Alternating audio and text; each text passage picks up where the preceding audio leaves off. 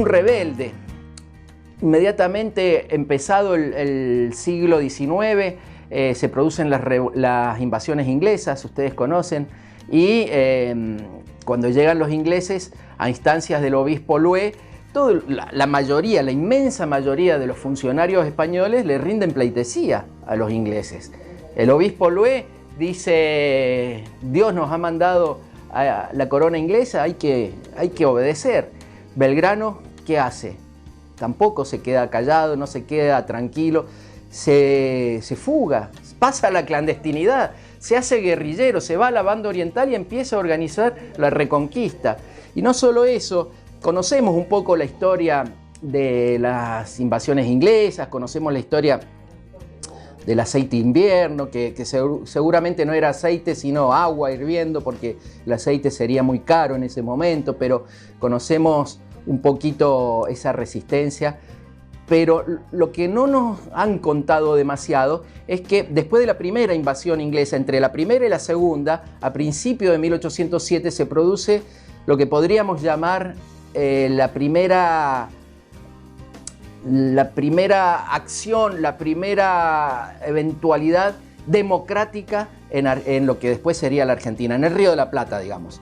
Porque el pueblo de Buenos Aires se junta en un cabildo abierto y sin esperar instrucciones desde España, decide destituir a Sobremonte por su actuación en la primera invasión inglesa y darle el poder a Liniers, digamos, nombrarlo virrey a Liniers.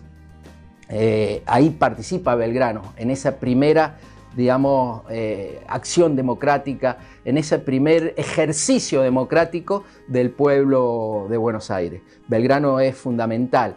Belgrano más adelante va a llegar con esta carga, con esta gimnasia política a 1810. Nosotros también, parte de esa historia sesgada, nos ha hecho creer que todo empezó de la nada, un 25 de mayo de 1810, como un rayo en cielo despejado. Y realmente no se puede entender la historia argentina así con fechas y con nombres compartimentados, ¿no es cierto? No podemos entender nunca, ni vamos a poder después, cuando seamos docentes, explicar historia si no podemos entender que hay una acumulación política, que los pueblos traen una trayectoria, que mayo de 1810 quizás es producto de ese ejercicio democrático de las invasiones inglesas y también de las rebeliones de fines del siglo XVIII, de lo que hizo Tupac Amaru en el Perú, de lo que hizo Tupac Katari en el Alto Perú, de las rebeliones guaraníticas de mediados del siglo XVIII y de un montón de acumulación política que tenía este pueblo y con el cual llega a 1810. Y la semana de mayo de 1810 ve a un Belgrano ya no tan jovencito, ya no ese Belgrano de 24 años, sino un Belgrano que ya tiene, bueno, tendrá 40 años más o menos, 40 años, exactamente 40 años, y que es fundamental. Por empezar, que Belgrano es el que saca a la luz la noticia que llega a principios de mayo al puerto de Buenos Aires, primero a Montevideo, después a Buenos Aires, de que ha caído la última junta de gobierno en España. Ustedes recuerdan que en 1808 Napoleón Bonaparte invade la península ibérica porque la intención era llegar a Portugal para hacer cumplir el bloqueo comercial a Inglaterra. En esa invasión a España toma preso no solo a Carlos IV, sino también al heredero, Fernando VII.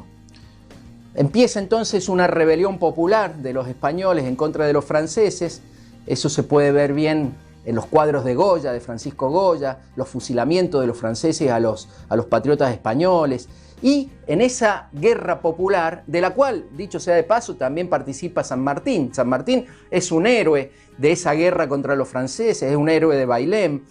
Pero políticamente ese pueblo español va generando juntas de gobierno. La última junta de gobierno que cae es justamente la de Sevilla, a principios de 1810, y cuando llega esa noticia al Río de la Plata, lo primero que hace Cisneros es querer encanutar los diarios, los periódicos, ocultarlos para que no se sepa.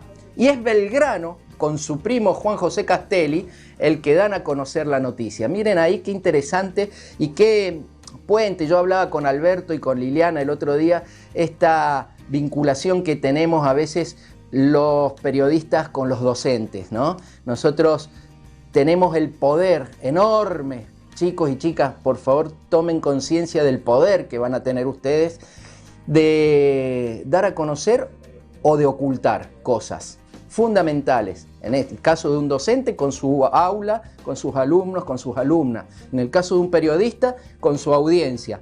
Es más importante a veces lo que uno calla que lo que uno dice. Y ahí se nota claramente cómo da un giro la historia de acuerdo a si se conoce o no se conoce una noticia. La noticia era que había caído la Junta de Sevilla, Belgrano la da a conocer y a partir del 18 de mayo empieza una semana fundamental porque se empieza a juntar con Rodríguez Peña, con Vieites, con Monteagudo, con Castelli mismo, y empiezan a decir, bueno, a establecer una estrategia cuyo primer paso va a ser exigirle al virrey un cabildo abierto. Ellos van, se presentan a la casa, le piden un cabildo abierto que finalmente, para hacerlo rápido, yo voy saltándome muchas cosas, ¿no? Pero finalmente ese cabildo abierto se hace el 22 de mayo. El 22 de mayo es fundamental porque ahí se establece la discusión más profunda que se da principalmente entre Castelli y el obispo Lués. La tesis de Castelli, que un poco era la encrucijada o el silogismo de Chuquisaca, que también lo había planteado Monteagudo. Esto de que si el rey está preso, como las colonias americanas son del rey y no de España, la soberanía vuelve al pueblo. Y entonces ahí sí nos sentimos con derecho a establecer un gobierno propio.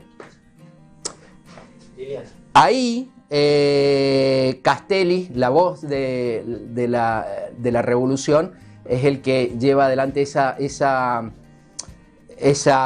tesis, y Belgrano es fundamental, porque Belgrano está en los balcones del Cabildo con un pañuelo blanco en el bolsillo y tiene un código secreto por el cual se comunica con la gente que está en la plaza y sobre todo con French y con Beruti, que eran trabajadores.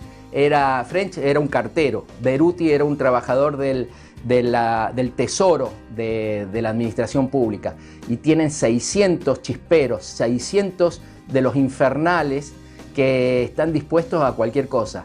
A una seña de Belgrano, si él sacaba el pañuelo y hacía una seña, los chisperos entraban al cabildo y empezaba otra historia.